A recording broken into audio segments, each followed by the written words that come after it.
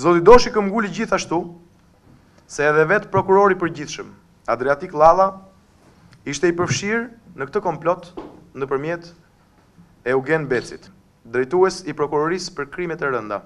Pas përmendjes së emrit të tij në listën e personave të dyshuar për eliminimin fizik të deputetit socialist Tom Doshi, kryeprokurori i krimeve të rënda Eugen Beci transferohet në Elbasan. Ulja e tij në detyrë u njoftua disa orë para deklaratës së ministrit të Brendshëm Tahiri. Kryeprokurori Adriatik Llalla në deklaratën që publikoi transferimin e Becit theksoi se krimi i organizuar dhe korrupsioni në radhët e zyrtarëve të lartë të administratës janë veprimtari kriminale që po ndërthuren midis tyre. Sipas Llallës, transferimi kryhet për t'i dhënë hof hetimeve të dosjeve ku përfshihen zyrtarët e lartë, por ndon se Llalla nuk e përmendi hapur, pas deklaratës së ministrit Tahiri, del se Beci u transferua pasi çështja Doshi i kaloi prokurorisë së krimeve të rënda dhe ai si kreu i këtij institucioni nuk mund të ndiqte hetimet. Transferimi i Becit vjen në një kohë kur vendin e kanë tronditur edhe disa ngjarje të rënda kriminale, si shpërthimet në seri me Tritol, me shënjesër të afërm të ministrit të Brendshëm, apo goditja e disa grupeve të fuqishme trafiqerësia i kokaina. Më herët, duke u referuar ngjarjeve të fundit kriminale,